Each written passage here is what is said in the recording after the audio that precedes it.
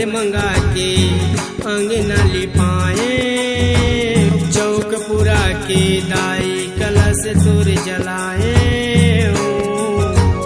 सुरहीन गैया के गोबर मंगा के अंगना तोर लिपायो, चौक पुरा के तोर बरताई कलश में जलायो।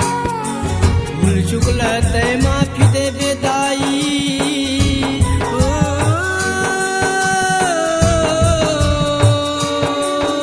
भूल चुकला माफी दे बेदाई तोरे चिल्लई कायो।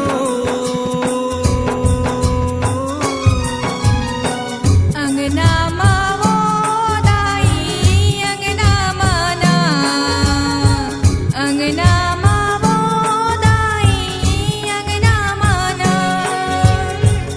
अंगना मो दाई अंगना माना, अंगना मो दाई अंगना माना।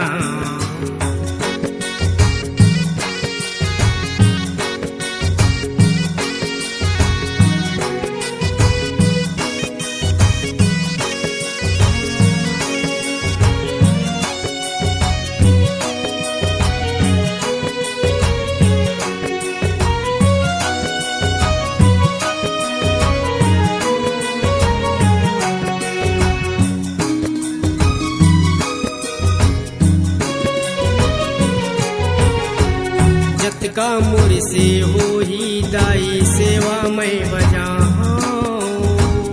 मैं तोर लइका तय मोर दाई दुनिया ला